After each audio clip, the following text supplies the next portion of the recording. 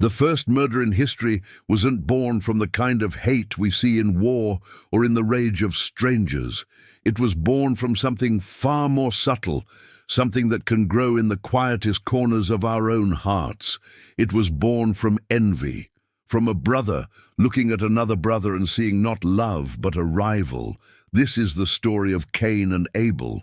It's a tale as old as humanity itself, a chilling reminder of how jealousy and pride can sever the deepest bonds, and how even in our darkest moments, the light of God's grace seeks to find us, offering a path to redemption.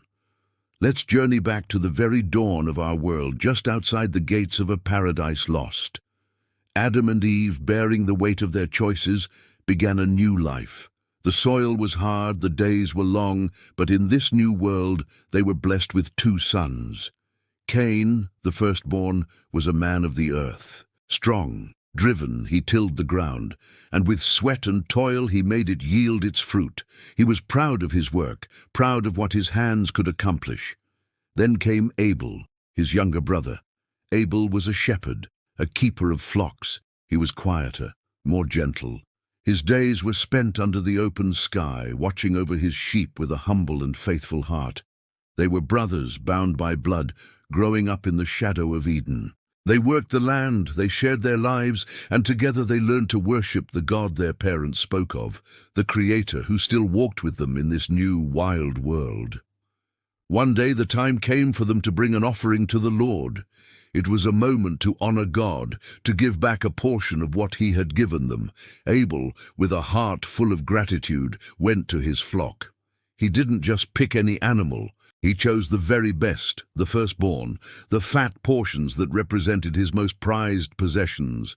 He gave not out of obligation, but out of pure love and devotion. His offering was a reflection of his humble and trusting heart. Cain also came to make an offering. He brought fruit from the ground he had worked so hard to cultivate. But there was a difference. The scriptures tell us he brought some of the fruits of the soil. Not the first fruits, not the best he had. It was an offering given from a divided heart, perhaps one of duty rather than delight. His hands brought a gift, but his spirit held back. And God, who looks not at the size of the gift, but at the heart of the giver, looked with favor on Abel and his offering, but on Cain and his offering he did not. This wasn't a rejection of Cain, but of the attitude behind his gift. But Cain didn't see it that way. He saw only rejection. He saw his brother favored over him, and in that moment a seed of darkness began to sprout in his soul. His face fell. The warmth of brotherly love grew cold, replaced by the burning heat of jealousy, the bitter sting of anger, and the cold weight of wounded pride. As Cain's anger smoldered, God did not abandon him. He came to him, not with condemnation, but with a question, an invitation to look inward. He said, "Why are you angry? Why is your face downcast? If you do what is right, will you not be accepted?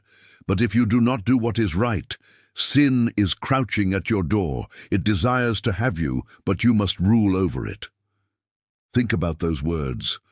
God saw the darkness gathering in Cain's heart, and he warned him. He gave him a choice. He told him, "This feeling, this jealousy, it's a predator at your door. It wants to consume you, to own you. But you don't have to let it in. You have the strength, the ability to master it. You can choose a different path. Choose righteousness."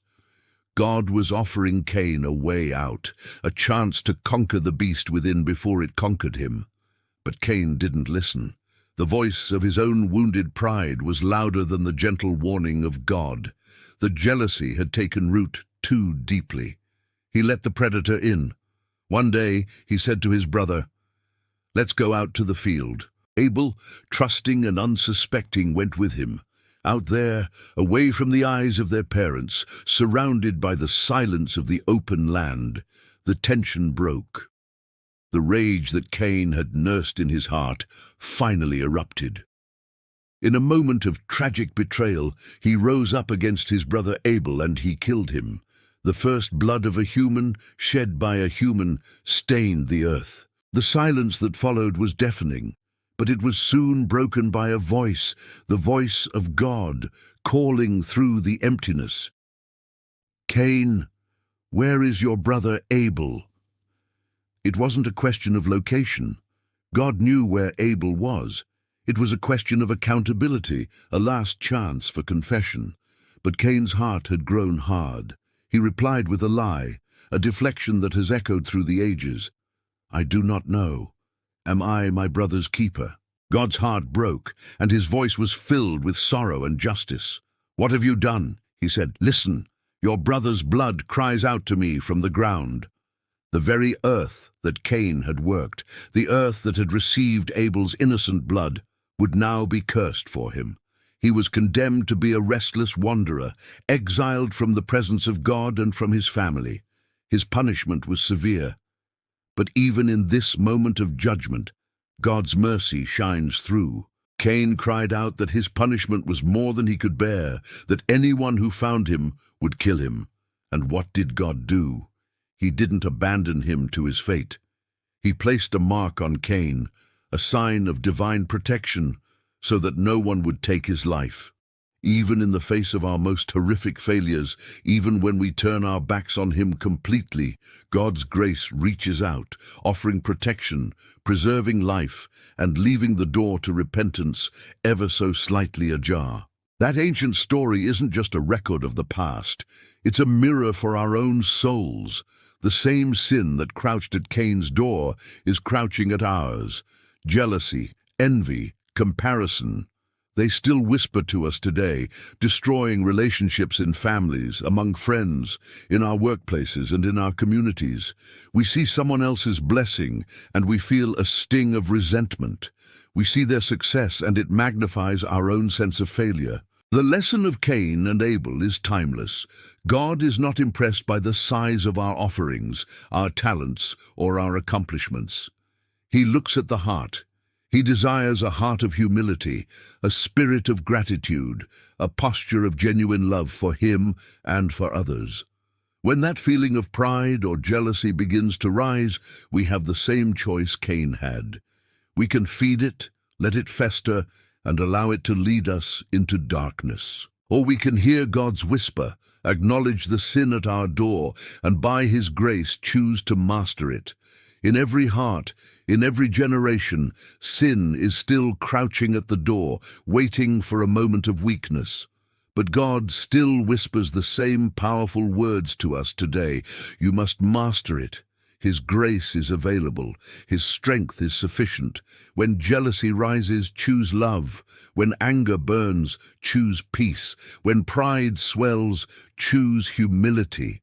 Because the greatest victory you will ever win is not over others, but over the darkness that seeks a home within yourself. Thank you for watching.